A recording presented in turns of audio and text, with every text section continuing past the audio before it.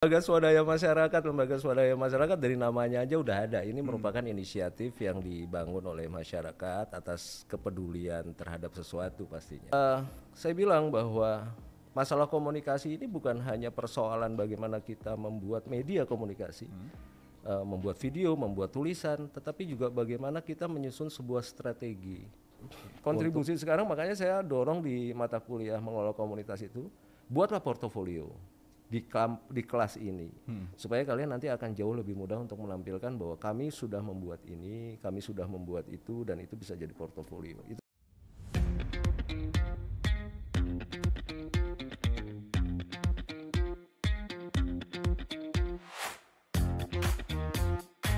Halo, selamat datang kembali di ISIP Podcast. Masih dengan podcast yang membahas soal kampus, mahasiswa, dan juga dosen yang terlibat di dunia perkuliahan ISIP Jakarta. Bersama Farhan Tamami selaku host pada episode kali ini. Dan hari ini sahabat ISIP, kita akan membahas sesuatu yang penting yang mungkin masih banyak yang belum tahu tentang dunia atau peran LSM atau NGO dalam suatu negara, dan juga kaitannya dengan mahasiswa itu seperti apa. Dan sekarang kita kedatangan salah satu bintang tamu yang salah satu dosen dari ISIP Jakarta. Selamat siang, Bang Selamat siang. Ini siang atau malam atau sore deh. Kalau di podcast kalau ini kita nggak tahu ya. Kita ucapin dulu selamat pagi, selamat pagi, siang. Ya. Selamat gini hari. Nah, itu udah paling pas tuh, Bang. Apa kabar Bang Honi? Ya, baik-baik aja. Farhan gimana? Alhamdulillah baik-baik aja juga, Bang. Boleh dong Bang diperkenalkan nih ke yang lagi nonton sahabat ISIP, background dari Bang Honi sendiri. Iya. Oke, saya mulai kuliah di sini sekitar tahun 89, S1-nya jurusan jurnalistik pada saat itu, dan kemudian kita bergerak di media radio, ya seperti kebanyakan mahasiswa pada saat itu, Farhan. Ya di media TV, radio, koran itu kan udah menjadi core media pada saat itu ya. Jadi kita masuk ke dunia industri media pada saat itu. Nah terus kemudian di perjalanan waktu ada peluang-peluang menarik di sektor pembangunan sosial seperti kesehatan lingkungan gitu ya. Akhirnya sampai sekarang kita bergerak di bidang air minum dan sanitasi. Jadi lumayan sih, udah sekitar 14 tahunan ini, 16 tahunan lah ya kalau itu udah bukan lumayan lagi sih Bang kayaknya. Udah nyemplung ke situ. Udah nyemplung. Sementara kawan-kawan yang lain masih bergerak di media banyakan ya. Ya. Tapi kalau tadi Bang Honi sempat mention soal sosial, dan kita juga kenal dengan namanya LSM ya Bang, kalau soal sosial gitu ya, atau NGO. Ya. Boleh nggak sih Bang dijelasin sedikit nih ke sahabat ISIP yang lagi nonton sekarang, LSM tuh apa sih Bang? NGO tuh apa sih Bang? Ini basic banget nih ya. Lembaga swadaya masyarakat dari namanya aja udah ada. Ini merupakan inisiatif yang dibangun oleh masyarakat atas kepedulian terhadap sesuatu pastinya.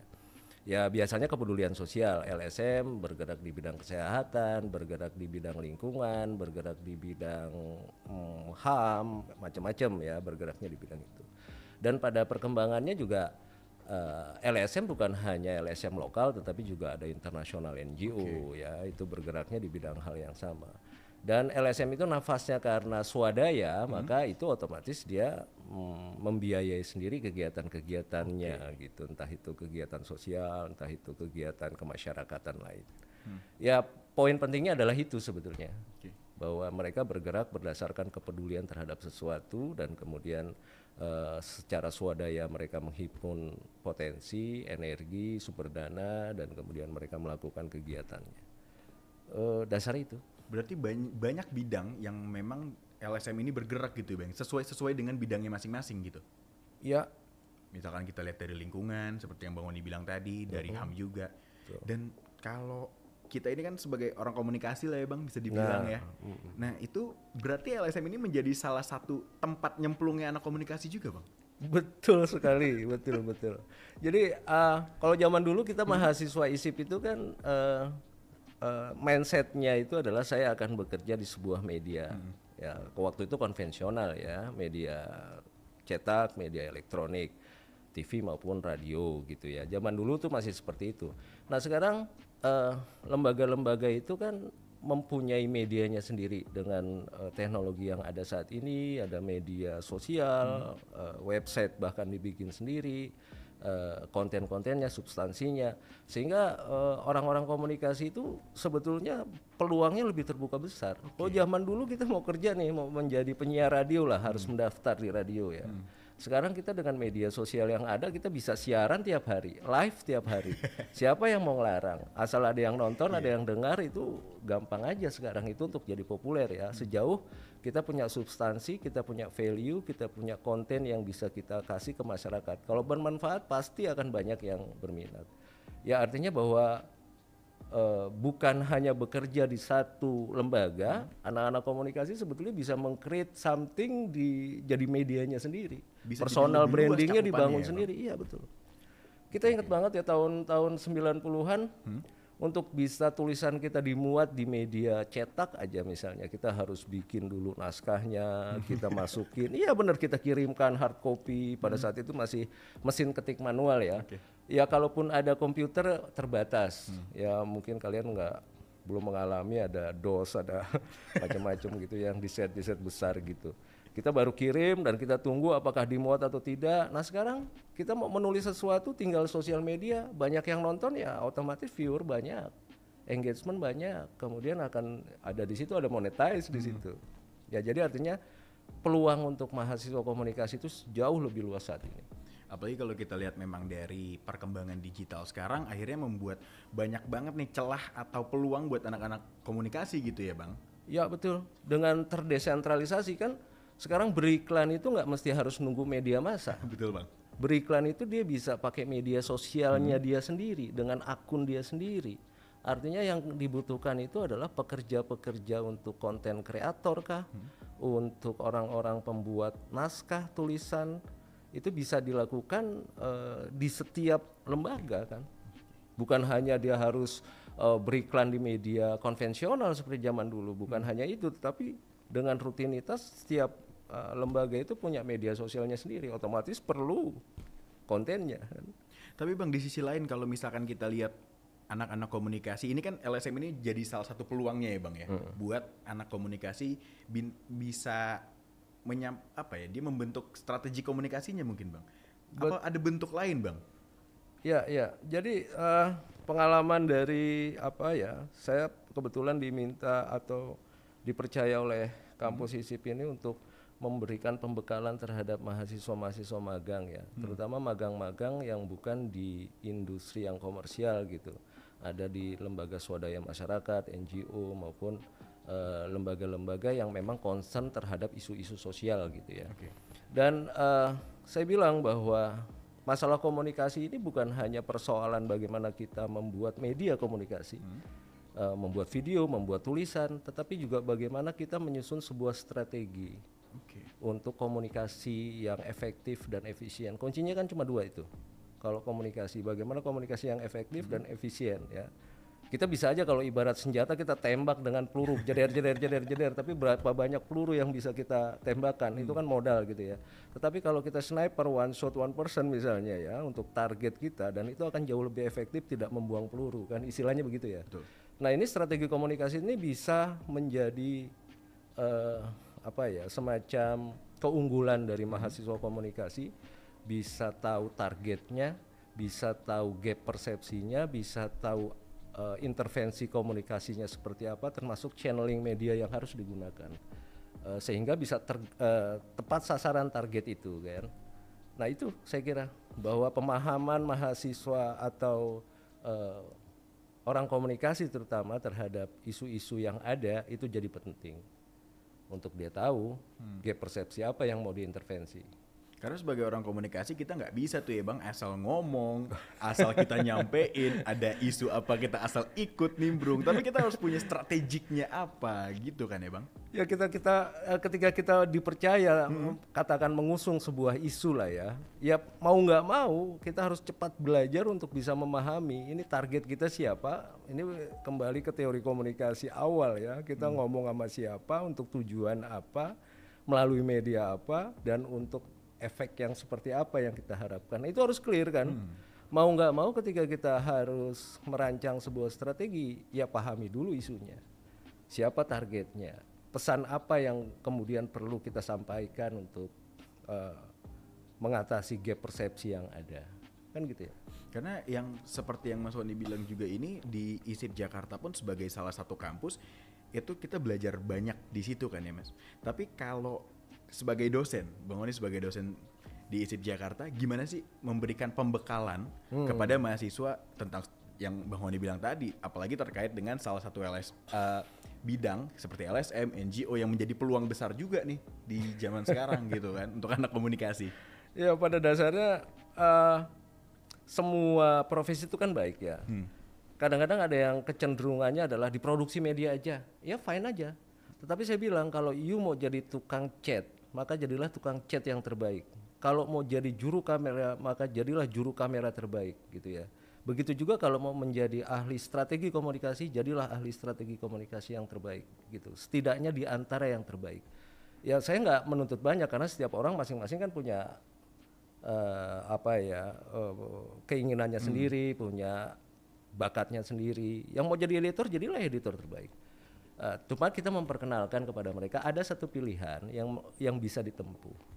Ya misalnya kayak kajian-kajian tuh banyak loh, kajian komunikasi. Contoh kecil ya, misalnya adalah satu lembaga. Kita ingin tahu nih, mau mengintervensi masyarakat tentang pengelolaan sampah. Simple aja lah ya, simple aja pengelolaan sampah. Terus apa yang perlu kita ketahui? Oh targetnya siapa? Oh masyarakat di sekitar Lenteng Agung, sekitar kampus, katakan begitu ya. Nah ketika kita sudah mendapatkan target yang sudah sesuai, udah oke, kita kunci, kita pengen tahu dulu. Sekarang kita pengen tahu persepsi publik terhadap pengelolaan sampah itu seperti apa sih? Ya kan? Betul. Mereka pikir bahwa dibakar itu tidak masalah, mereka pikir dibuang di kebun itu tidak masalah misalnya. Kita gali. Nah kajian itu sendiri itu udah merupakan sebuah dalam tanda kutip pekerjaan gitu. Oke. Ya kan? Itu sebuah pekerjaan yang harus digali, nggak ujuk-ujuk tiba-tiba kita bikin kita bikin video aja tidak membuang sampah sembarangan. Iya nggak begitu juga kali. Tapi kita tahu akarnya. Oh mereka itu buang sampah sembarangan atau katakan membakar sampah itu karena mereka tidak tahu bahwa sampah itu ada larangannya untuk dibakar. Sampah itu bisa menjadi polutan terhadap udara. Misalnya kayak gitu ya. Hal-hal yang kayak gitu tuh perlu kita gali. Nah, itu baru isu sampah ya, belum isu yang lain, HAM, isu apa, iya kan? Karena dari sekian banyak isu kita juga harus tahu ya alasannya kenapa, dan seperti yang Bang Wani bilang tadi, targetnya siapa nih? Kalau misalkan targetnya memang let's say anak muda lah, mungkin kita bisa main di sosial media. Tapi kalau targetnya di luar itu, kita harus punya medianya yang beda lagi. Gitu ya. Ya masuk kita ingin mengintervensi masyarakat sekitar kampus aja, kita harus pakai media televisi gitu katakan. Masuk kita harus pakai itu dengan beriklan jor-joran? Apa iya? Itu kan istilahnya nggak efisien kan ya? Nah, itu balik lagi efektif dan efisien. Jangan-jangan yang kita perlukan, ini sebagai saja seorang komunikasi, jangan-jangan yang kita perlukan kita cukup mengumpulkan warga itu untuk kita ajak ngomong secara interaktif. Apa sih yang mereka pikir terhadap pengelolaan sampah yang baik itu seperti apa sih? Ya kan? Dari situ kita jadi tahu, oh masyarakat ternyata persepsinya membakar sampah itu nggak masalah.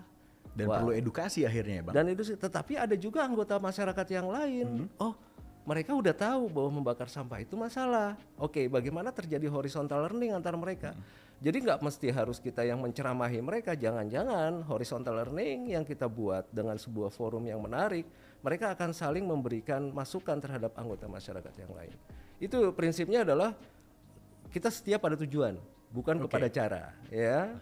Jadi kalau komunikasi itu kita setia pada tujuan agar masyarakat ini tidak membakar sampah katakan. Itu semakin kita clear dengan tujuan kita, maka akan semakin mudah kita bisa merumuskan strateginya. Makanya kita harus detail dengan tujuannya itu apa ya Bang? Betul, jadi benar-benar rinci gitu ya. Oke, kalau tujuannya adalah masyarakat tidak lagi membuang sampah, membakar sampah sembarangan. Oke, kalau tujuannya adalah itu, ya kita gali. Oh ada yang masyarakat yang bilang bagus, ada yang bilang jelek, ada yang bilang nggak berpengaruh, ada juga yang bilang bahwa ini merusak lingkungan dan sebagainya. Nah, bagaimana hal ini bisa kita kombinasi sebagai strategi komunikasi? Itu kan PR juga.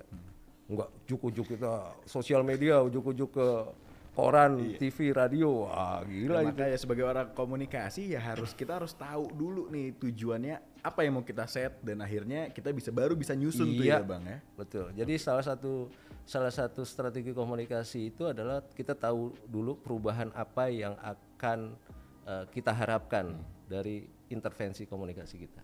Oke. Dan kalau dari ISIP sendiri Bang, ada salah satu mata kuliah di ISIP Jakarta namanya mengelola komunitas. Dan itu Bang Hodi juga yang ngajar kebetulan.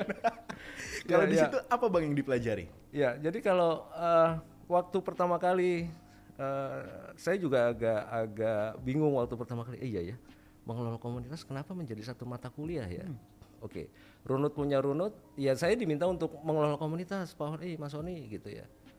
Ya saya runut punya runut. Oke, selama ini ISIP Jakarta itu dikenal sebagai kampusnya wartawan kan. Ya? Karena kita tahu sejak zaman pendiriannya 1953 itu kebutuhan wartawan terutama media cetak itu tinggi.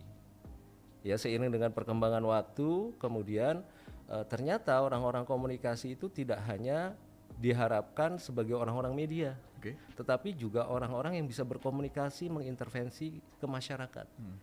Nah, berarti masyarakat itu adalah sebuah komunitas yang spesifik, yang unik, yang kemudian punya kecenderungan-kecenderungan tertentu yang harus dikenali. Saya akhirnya sepakat dan setuju, dan saya kira ini menjadi future skill ya, artinya bahwa skill ini perlu dimiliki oleh mahasiswa ISIP Jakarta, terutama untuk dia bisa bagaimana melakukan perubahan persepsi terhadap publik, terhadap masyarakat. Ya, jadi saya ikut, saya mengaminkan aja, dan saya melihat bahwa progresnya cukup menarik ya belakangan ini. Ada komunitas-komunitas yang sudah terbentuk di kelas dan kemudian melakukan intervensi-intervensi ke komunitas-komunitas tertentu, anak remaja, ibu-ibu, kemudian ada pelajar, mahasiswa dan sebagainya. Jadi perkembangannya bagus, mudah-mudahan ini akan bukan hanya di waktu kuliah tetapi juga berkembang lagi setelah mereka selesai dengan perkuliahan di mata kuliah mengelola komunitas itu, mereka bisa jadi lebih berperan di masyarakat. Berarti di mata kuliah ini tuh tidak cuma belajar teori aja ya Bang, tapi langsung praktik di lapangan seperti apa gitu? Ya, justru memang dalam pemahaman saya inilah praktikal dari teori-teori yang sudah dipelajari selama ini gitu. Itu kan di semester 5 ya, waktu itu Farhan ikut semester berapa? Semester 5. Semester 5 kan. Artinya mereka sudah pelajari teori-teori komunikasi yang basic ya, jurnalistik, penulisan dan lain sebagainya. Nah, ini implementasinya, bagaimana mengimplementasikan teori-teori komunikasi yang dipelajari sebelumnya menjadi praktikal langsung di masyarakat. Berarti itu yang seperti Bang Ondi bilang tadi, dari mulai strategiknya, tujuannya apa, kita tahu cara-caranya, itu dapat semua ya Bang di situ ya? Dapat seharusnya. Ya, dari assessment awal ya, bahkan sebelum strategi kan assessment dulu, kemudian baru kita rumuskan isu strategisnya apa, baru kemudian kita susun strategi komunikasinya seperti apa. Wah, itu salah satu mata kuliah yang menarik sih Bang, karena di situ kita bisa belajar terjun di lapangan seperti apa. Dari teori yang udah kita dapetin, kita bisa tahu nih prakteknya seperti apa sih di lapangan gitu kan. Ya, saya mudah-mudahan saya juga berharap banyak ya bahwa ini bisa bermanfaat buat mahasiswa-mahasiswa ISIP Jakarta yang mengikuti mata kuliah mengelola komunitas itu. Dan saya ngelihat perkembangannya, trennya sekarang udah terbentuk komunitas-komunitas yang baru ya. Dan mereka sudah bergerak di media sosial, mereka sudah mulai merancang sekarang, merencanakan untuk bagaimana intervensi tatap muka dengan masyarakat untuk isu-isu yang mereka concern di situ. Saya kira gitu, Farhan. Karena sekarang juga kalau kita lihat Bang, anak komunikasi atau jurusan komunikasi deh. Kalau dulu mungkin anak-anak SMA gitu ya masih belum tahu tentang mau masuk komunikasi seperti apa, mikir kayak masuk komunikasi, semua orang juga bisa komunikasi. Kasarnya kan kayak gitu Bang. Tapi kalau kita lihat kan jauh lebih dalam komunikasi itu ada strukturalnya, gimana cara kita berkomunikasi dengan baik, nggak asal ngomong. Iya. Dan Bang Odi ini juga ngambil S2-nya di ISIP Jakarta ya Bang? Iya, setelah 30 tahun lulus S1, saya masuk lagi, saya pikir ada perkembangan dan betul sekali ada banyak perkembangan ilmu komunikasi ya secara teoritis. Dan saya dapat dari S2 ISIP Jakarta itu. Saya sinkronkan dengan pengalaman kerja, ternyata ini teorinya, ternyata ini teorinya. Ada banyak hal lah yang bisa kita konfirmasi. Gimana Bang pengalaman S2 di ISIP Bang?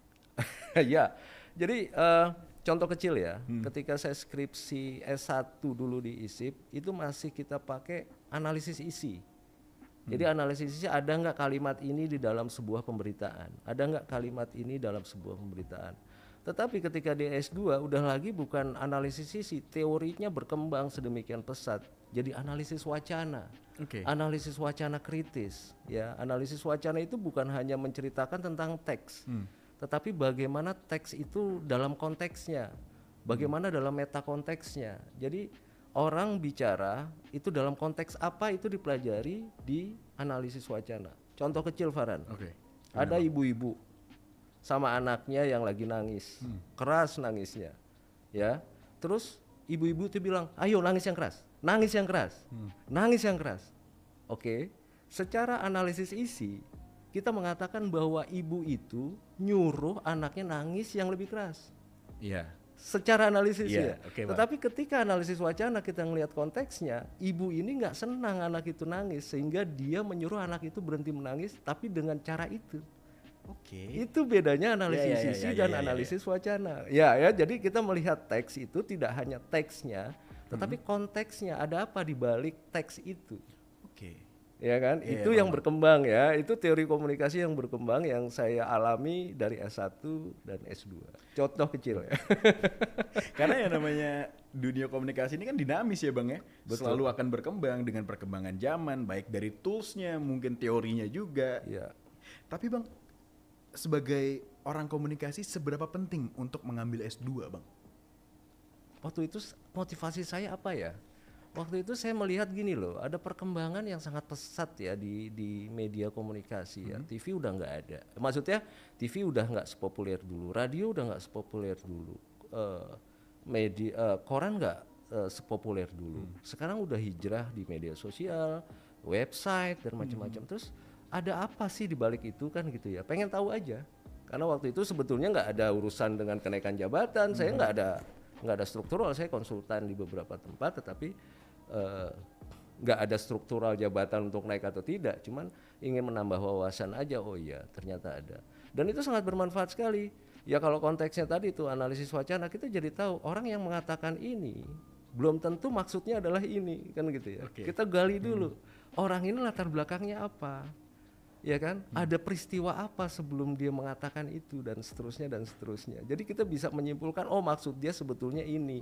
Bisa jadi sesuai dengan apa yang dikatakan, tapi bisa sesuai bisa berlawanan dengan apa yang dikatakan maksudnya. Ya kan? Jadi kita jadi bisa memahami dunia politik. Oh, dunia politik ada apa front stage, orang front stage ngomongnya begitu. Tetapi kalau kita tarik, ada peristiwa-peristiwa yang tertentu yang melingkupi pernyataan itu, oh ada backstage-nya ternyata, kan gitu ya. Ada teori-teori yang kemudian bisa mengkonfirmasi pengalaman kita di lapangan. Itu contoh-contoh aja lah. Dengan S2 ibaratnya memperdalam lagi ya Bang ya? Setidaknya kita bisa menjelaskan fenomenanya. Jadi menambah ilmu itu kan kita bisa mampu menjelaskan, oh ini fenomena ini adalah teorinya ini. Jadi kita bisa lebih menjelaskan. Waduh ini bermanfaat sekali Bang. Farhan harus S2 nanti. Waduh, siap Bang. Karena mungkin kalau anak-anak yang mahasiswa mungkin ya yang baru masuk ke dunia komunikasi, itu juga harus tahu tuh ya Bang. Maksudnya planning ke depannya akan seperti apa aja yang harus dia pelajari, dan outputnya dia setelah kuliah dia dapat apa aja tuh bisa jelas tuh ya Bang. Terus terang sih saya waktu dulu S1 tuh nggak punya planning, punya roadmap gitu ya. Oh gitu, nggak ada Bang? Saya mau lulus mau apa enggak. Saya tuh orang gelinding ya. Let it flow aja gitu ya? Let it flow aja. Jadi apa yang ada di depan kita itu yang terbaik yang kita bisa lakukan aja. Itu kalau saya tuh ya begitu. Silakan kalau punya roadmap, oh sekian tahun gue punya agenda rencana untuk ini, sekian tahun akan begini.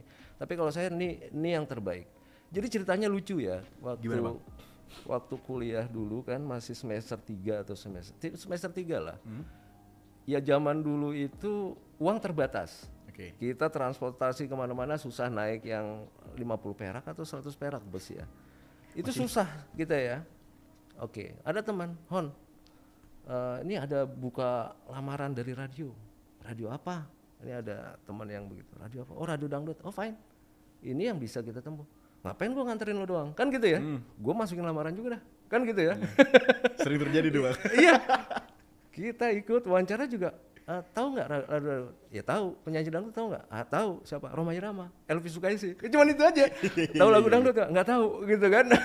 Ya kan? Kita ngomong tuh ya apa adanya aja pada saat itu kan. Tapi mungkin karena kita mahasiswa komunikasi, dia respect dengan kita datang ke sana. Akhirnya saya diterima, teman saya yang saya antar nggak terima. Itu sering terjadi tuh Bang yang kayak gitu bener.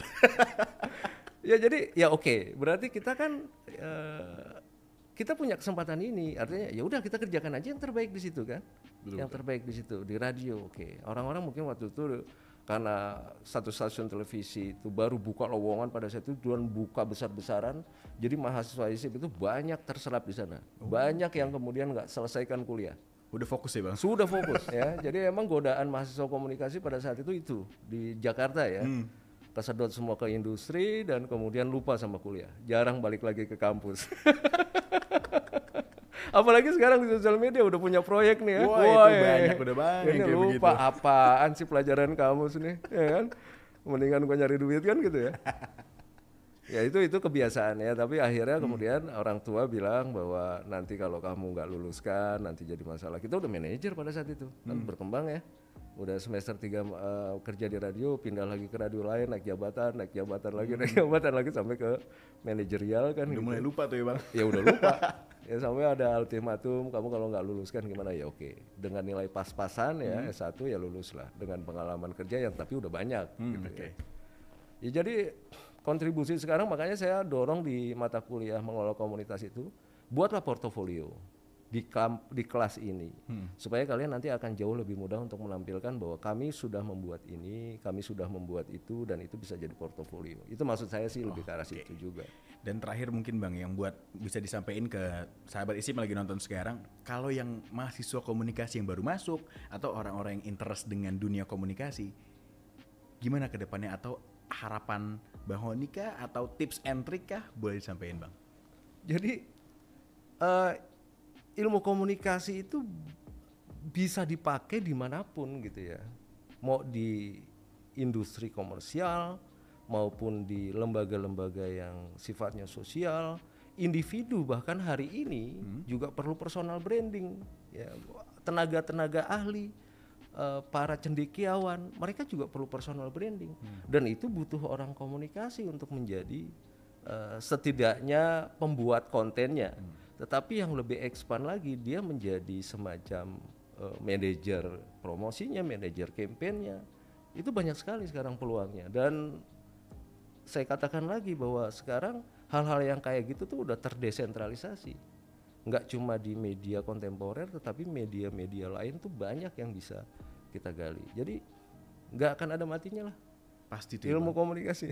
selalu dinamis. Saya yakin insya Allah. Oke, terima kasih Bang Honi udah mau mampir di ISIP Podcast. Siap, terima Hari kasih ini atas kita undangannya. banyak banget ngebahas hal-hal penting. Siap. Apalagi yang untuk interest dengan dunia komunikasi. Sekali lagi terima kasih Bang Honi. Sama-sama, terima kasih. Mohon maaf kalau ada kesalahan. Siap Bang. Dan itu dia sahabat ISIP episode ISIP Podcast kali ini. Jangan lupa juga untuk like, comment, dan subscribe. Dan juga bisa tonton episode sebelumnya dan selalu tungguin episode selanjutnya. Saya Farhan Tamami, sampai jumpa.